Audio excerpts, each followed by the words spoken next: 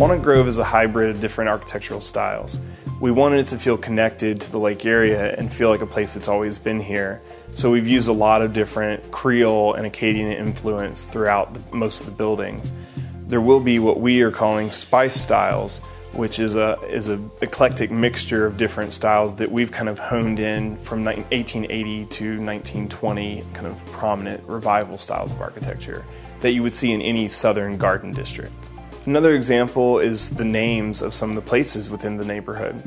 So William Street, for example, is named for W.T. Burton, who I think everyone recognizes as a wonderful philanthropist to the lake area, and also happens to be the great-grandfather of Jack Lawton. And then we've also named one of the parks, Charleston Park, which many people have long forgotten Charleston was the original name for the city of Lake Charles.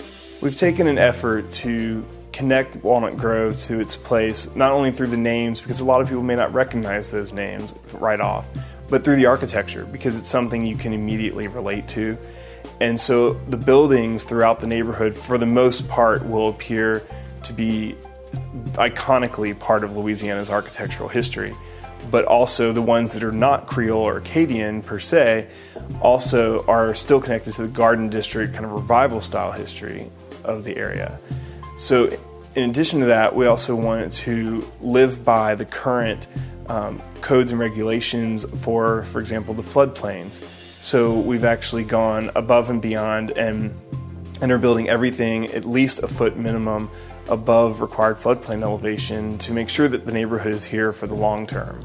We've also used many details in our commercial buildings and residences that you would more commonly see in high-end residential custom home construction. So the quality of construction that we're using and the materials and the products and vendors are all things that you don't normally see being done by developers.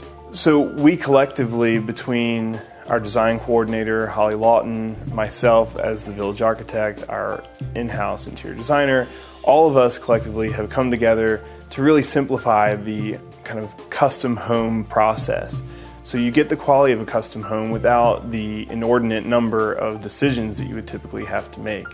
So we've created a design center, kind of narrowing down your options. We've found all the craftsmen and craftspeople that we want to work with us on these homes, whether they are a cabinet builder or a mason, and we've really taken the legwork out of the process. The most challenging part of creating a neighborhood like this, especially when it's the first one in an area, is getting people to understand the concept and getting people on board. We're very lucky that Jack and Holly Lawton from the get-go, along with their COO, had this great vision of creating a special place and doing it right.